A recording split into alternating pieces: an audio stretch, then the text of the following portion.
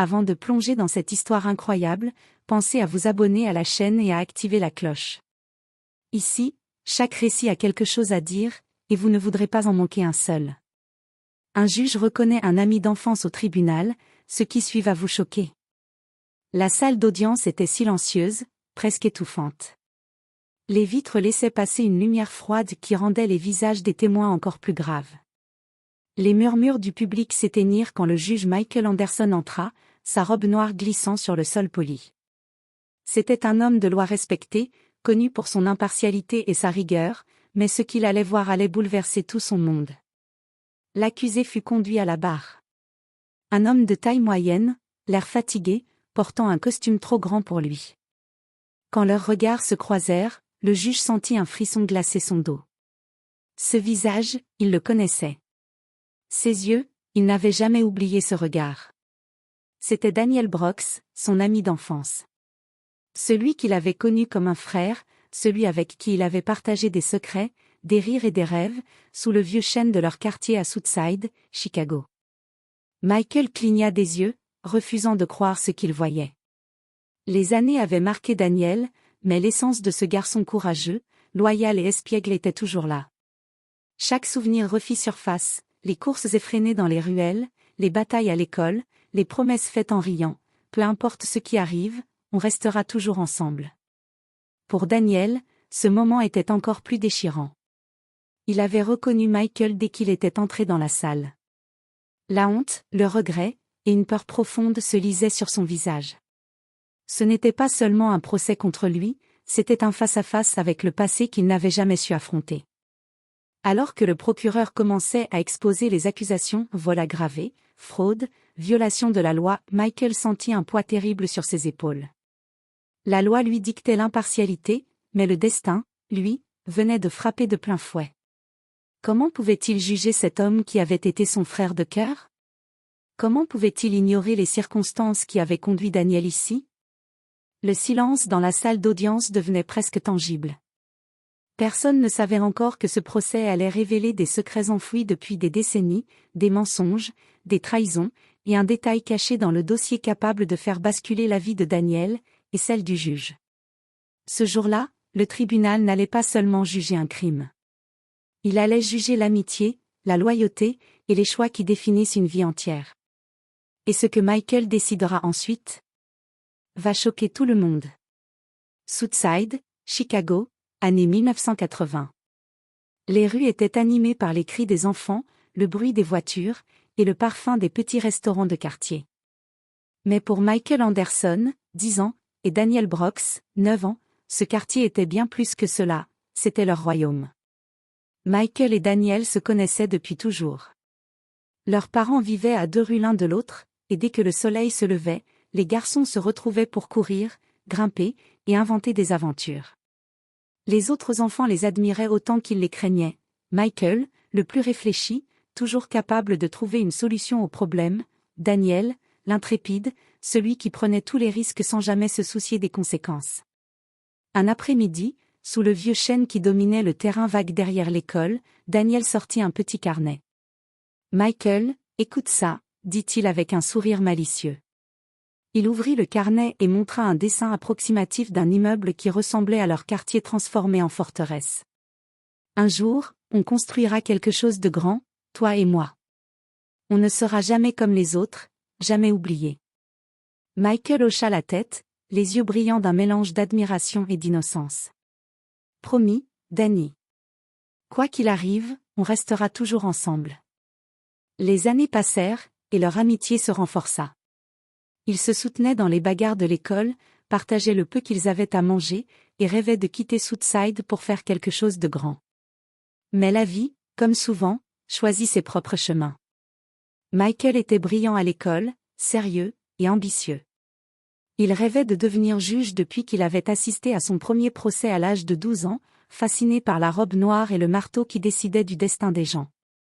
Daniel, lui, avait du talent pour les affaires, mais le quartier et ses pièges, petites escroqueries, gangs, tentations faciles l'attiraient irrésistiblement.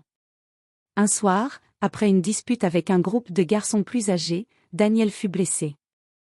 Michael courut chez lui, essoufflé, le visage blême. Danny. Ça va? Daniel secoua la tête, la lèvre fendue. Ça ira, mais promets-moi une chose. Quoi? Ne me laisse jamais tomber, peu importe ce que je deviens. Michael avait hoché la tête, sans savoir que cette promesse les suivrait pendant 30 ans, jusqu'au jour où leurs chemins se croiseraient dans un tribunal, face à face. Et ce tribunal ne serait pas un lieu de jeu.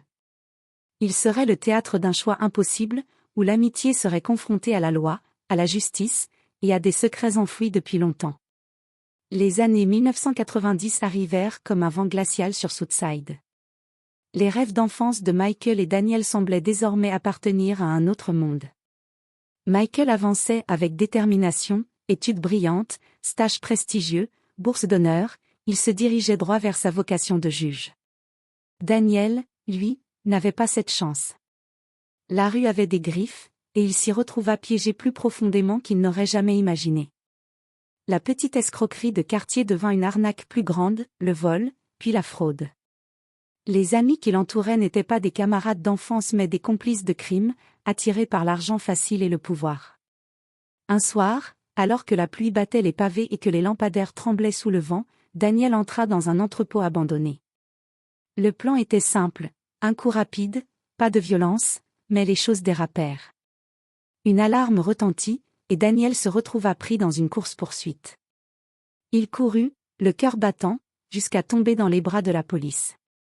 Michael venait de recevoir une convocation pour une audience importante, un cas de fraude et de vol à grande échelle. Lorsqu'il entra dans la salle d'audience, il ne se doutait pas encore que ce dossier contiendrait un nom qu'il n'avait pas entendu depuis des décennies, Daniel Brooks. Daniel fut conduit à la barre, le regard fuyant, honteux, mais incapable de cacher une lueur de défi. Chaque accusation portée contre lui semblait plus lourde à porter qu'un simple crime, c'était toute sa vie, ses choix, ses erreurs, qui se dressaient devant le juge Michael Anderson. Le procureur exposa les faits, détournement de fonds, escroquerie organisée, complicité avec un réseau de fraudeurs. Daniel risquait des années de prison. Mais Michael ne pouvait détacher ses souvenirs de son esprit. Chaque anecdote, chaque souvenir d'enfance lui revenait en mémoire. Dans cette salle d'audience, deux mondes se confrontaient. Le juge, symbole de la justice, de la loi et de l'ordre. L'homme qu'il avait connu comme son frère, maintenant accusé et brisé par la vie. Et c'est à ce moment précis que Michael sentit que ce procès allait devenir beaucoup plus qu'un simple jugement légal. Il y avait un secret dans le dossier, un détail que personne d'autre ne remarquerait, capable de faire basculer le sort de Daniel, et peut-être de les rapprocher ou de les détruire à jamais. Le tribunal était sur le point de devenir le théâtre d'une confrontation entre loi et loyauté, entre passé et présent, et entre deux amis dont les chemins s'étaient séparés trop tôt. Le tribunal était silencieux, chaque souffle amplifié par l'angoisse dans la salle. Michael Anderson, juge respecté et impartial, regardait Daniel Brooks, l'homme qui avait été son frère de cœur. Mais au-delà de la tension visible, un secret invisible pesait lourdement sur le destin de Daniel, et sur celui de Michael. Le procureur, sûr de lui, déroulait son argumentaire avec une précision chirurgicale. Monsieur Brooks a participé à une fraude qui a coûté des millions à plusieurs entreprises et à des particuliers. Daniel gardait la tête baissée, le visage fermé, mais son regard trahissait un mélange de colère et de peur. Il savait que la seule personne capable de l'aider se trouvait derrière le banc du juge. Michael feuilleta le dossier que son assistant lui avait passé. Les chiffres, les documents, les signatures, tout semblait accabler Daniel. Mais un détail attira son attention, une preuve datée d'il y a 10 ans, concernant une transaction frauduleuse. Le nom sur le document n'était pas celui de Daniel, mais celui de Richard Ansley, un ancien associé de Daniel, disparu depuis des années. Michael sentit son cœur s'accélérer. Il se souvenait de Richard, un homme corrompu qui avait toujours attiré Daniel dans des affaires douteuses. Si ce document était vrai, cela signifiait que Daniel n'avait jamais été le cerveau de cette fraude, et que toutes ces années, il avait été piégé par quelqu'un qu'il considérait comme un ami, ou un mentor. Alors que le procureur continuait de présenter les preuves, Michael leva la main pour demander un moment de suspension. La salle murmura, intriguée. Personne ne savait encore ce que Michael venait de découvrir. Dans son bureau, seul avec Daniel, Michael ferma la porte et dit d'une voix basse mais ferme. Danny, pourquoi ne m'as-tu jamais parlé de Richard Ansley? Daniel leva enfin les yeux, surpris et soulagé à la fois. Je n'avais pas le choix, Michael. Il m'a menacé. S'il découvrait que j'avais parlé, Sa voix se brisa. Michael hocha la tête, comprenant tout, les années de souffrance, la peur, et surtout, la trahison silencieuse de Richard. Le juge réalisa alors qu'il pouvait corriger une injustice historique. Avec prudence, il réexamina le dossier, comparant chaque signature, chaque transaction. Le cœur battant, il constata l'irréfutable, Daniel était innocent, piégé depuis le début par un criminel qui jouait avec sa vie. Lorsqu'ils retournèrent au tribunal, Michael annonça au public et au procureur. J'ai découvert un élément nouveau qui change totalement la nature de ce procès. Le murmure dans la salle monta d'un cran. Daniel sentit une lueur d'espoir, comme si le passé et la justice convergeaient enfin pour lui donner une seconde chance. Mais personne ne savait encore que ce que Michael allait faire ensuite, allait non seulement sauver son ami d'enfance, mais aussi révéler des secrets profondément enfouis, qui allaient secouer la communauté juridique et bouleverser la vie de Michael à jamais. Le tribunal n'était plus seulement un lieu de jugement. C'était devenu un champ de bataille entre la loi, l'amitié et la vérité, et le moment du verdict approchait, chargé d'une tension presque insoutenable. La salle d'audience retenait son souffle. Chaque regard était fixé sur le juge Michael Anderson, qui s'apprêtait à rendre une décision qui allait bouleverser des vies. Le murmure du public s'était éteint, remplacé par un silence lourd, presque irréel. Michael leva les yeux et fixa Daniel Brooks.